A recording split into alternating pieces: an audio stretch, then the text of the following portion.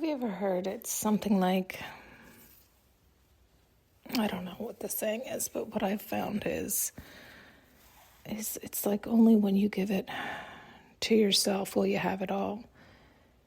And it's like we experience so many different levels of love throughout our life. And I say levels of love because I think that's the word we call it. We say that's love because that's what we've experienced. That's what we are told. That's what we hear. When we hear, I love you, and this is the treatment you get, that's love. So there's conditional love, there's lust, there's obsession, there's limerence, there's all these layers and levels of love. And if we're not loving ourselves because we've never experienced that with another human, and we're under the illusion that the love that we receive comes from outside ourselves, then we don't know how to offer it to ourselves to unlock those keys within. It's just foreign. It's totally unfamiliar. We're unaware. We're unawakened to all of this. So that's why you hear all these practices. It's to get back to oneself, to remember oneself, to love oneself, to heal oneself, to raise oneself, to parent oneself. All of that is all the same thing. You need to love yourself. You need to honor yourself, and you have to figure out what that means. You have to treasure yourself, treat yourself as you want to be treated. Right? You are precious. You are worthy. You are good. You are whole. And so many of us are just used to struggle love or conditional love or forcing, fighting, trying, efforting to be seen, to be loved outside ourselves. It's not how it works. We have to give it to ourselves. We have to treat ourselves right. And it's an ongoing process, and it is a process because these words can sound cliche, or they can fall flat, or they can... you've heard them so many times that you're like, yeah.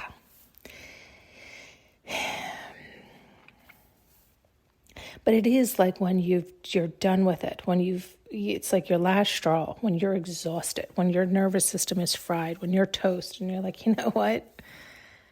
This sucks. This is bullshit. And it's like, okay, well, thank fucking God. Now, can you be nice to yourself? Can you heal yourself? Can you take care of yourself? Can you be kind to yourself? Stop putting yourself in positions or scenarios or situations with people who do not give a fuck about you. And it's not that they don't give a fuck about you. It's all they know too. They don't know what it means. They haven't experienced it either. So this is why it's like, you don't want to blame outside yourself, and you don't want to necessarily see them as bad guys, but they're not, and guys I'm using as general people, because it's all your dynamics. It's all your relationships. I wasn't referencing romantic, but that too, but I was referencing all relationships, all dynamics. And, God, there's another saying, there's another phrase. At least I think they are. Sometimes they'll put them in my ear, so I don't know if it's a saying or a phrase or if it's just the stuff they tell me, but I think it's people say it. I think it's like something about people will treat you how you treat yourself, or you teach people how to treat you. It's something like that. You know what I'm talking about, because it's basically what you're accepting. Do you love yourself? Are you honoring yourself? Are you standing up for yourself? Are you, and again, like, those words can be so elusive to people because people take it and then they become arrogant or selfish or obnoxious. And there is such a hair's difference because it's the intention behind it. It's the energy behind it. And most people aren't slowed down enough or tuned in enough to hear, feel, see, sense, know any of that.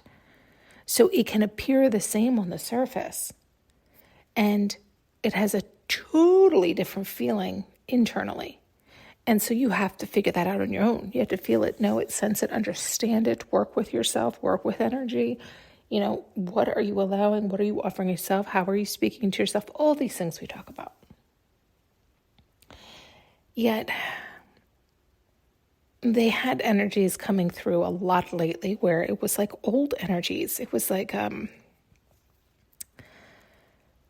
it's like a lot of apologies or like second chances, third chance. You know what? It felt like so many more chances. It felt like the energy that was coming through had me feeling exhausted. It had me feeling like,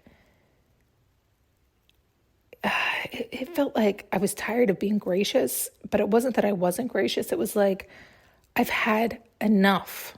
I'm glad you finally see. I'm glad you finally recognize for your sake. I saw a long time ago. I can't keep holding on to this for you, right? And now it's like, now you know better. Now you want to come in and do better. But it's like, no. You were already given all those opportunities and you trashed them. I don't trust you now, even if you have. It's like you've lost those chances with me. Now do something with it with somebody else. Don't keep fucking it up. It's like, it's the best way I can explain this energy that's coming through. It's like a very much like a, I don't know if it's like remorseful and aha at the same time. It seems like it's like an awareness, but it's not a full awareness. And we've talked about it a lot before because it's similar to in the past where it's come through where it's like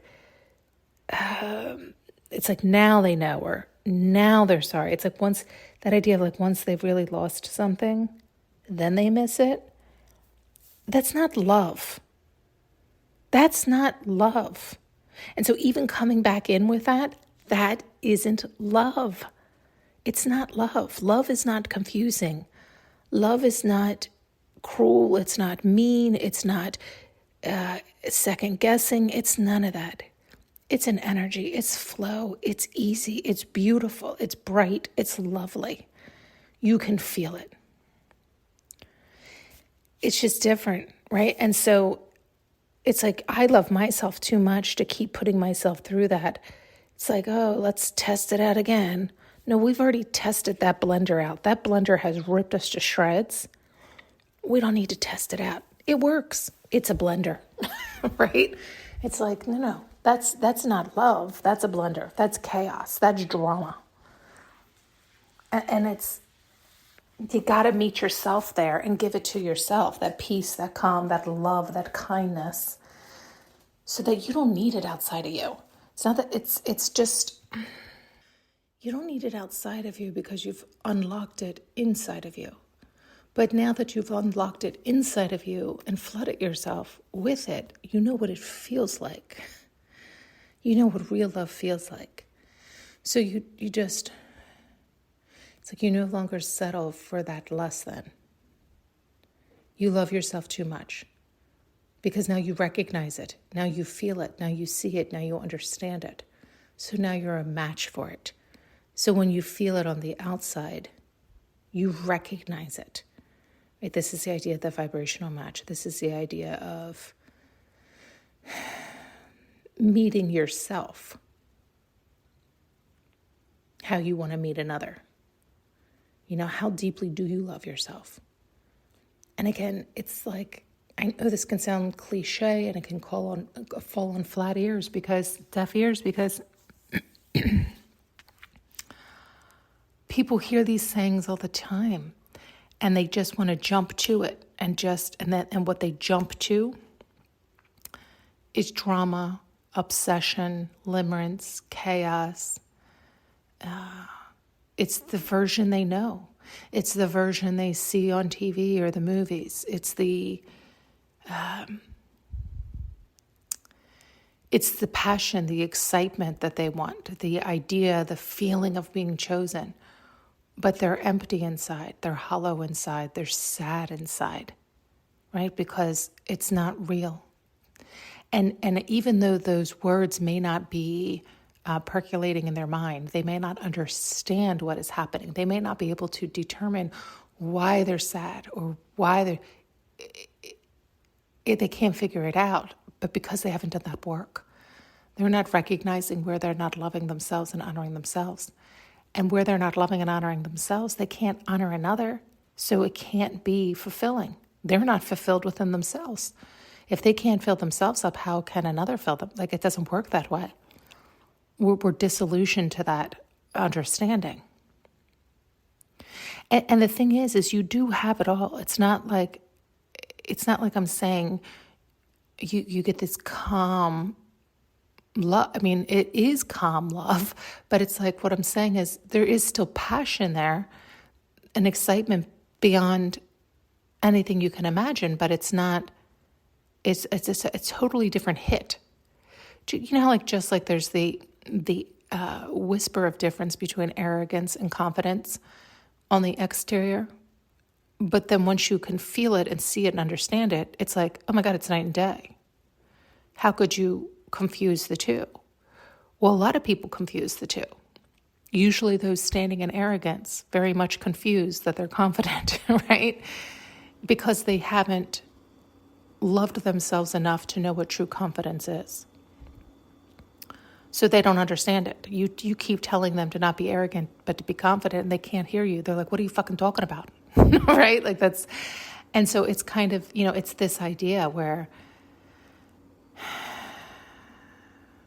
you want every cell of your being to vibrate in bliss and happiness and ease and peace, which means you need to release all that tension, fret, worry, fear, stress, upset, discord. And for a lot of us, that requires doing that inner work. What is the discord? What is the confusion? What is the delusion? Where aren't I loving myself? What am I denying? A lot of people like to live in the comfort of the lie versus the heat of the truth, right? The truth can burn us up. It really can fry us. It can hurt. And it's kind of the idea of it's a choice. If you live in the comfort of that lie, well, the comfort of that lie is the picture I painted for you before. You can have the lie of the appearance of passion and excitement and thrill, and you can paint the pretty picture on the exterior for others, because that's all you're doing it for. You're painting it for others, but you're denying yourself. You're refusing to allow yourself to feel that internally. Internally, you feel dark and sad and hollow and hurt and pain and and you don't even know why, because you've been living in a lie. And you're refusing to look at those lies because that truth is painful. So it's a choice. At what point do you say enough and love yourself enough to go within and do that work? Or do you always live in the humdrum, the average, the settlement? It's good enough. Let's not look. Let's not kick up the dirt. Let's just keep living in the way it is. It's fine. I can tolerate it. I can stuff it down. I can ignore it. Let's just keep going like this because this is painful as hell, but I'd rather this pain than the truth of the matter. Do you see what I'm saying? It's like, I'm not suggesting, well, I am suggesting that. I am suggesting the truth is easier only because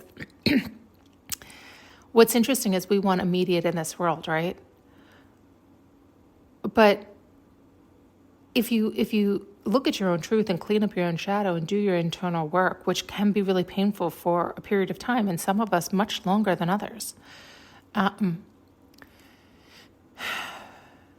then you get to bliss and peace and ease forevermore, right? Because then you really learn those lessons, you integrate them and move forward. Versus taking the immediate Band-Aid, but having to put on a Band-Aid for the rest of your life. It's like, so then you're living in pain and misery for longer. So it's like, instead of the instant pain and handling it and going through it and then getting to the other side,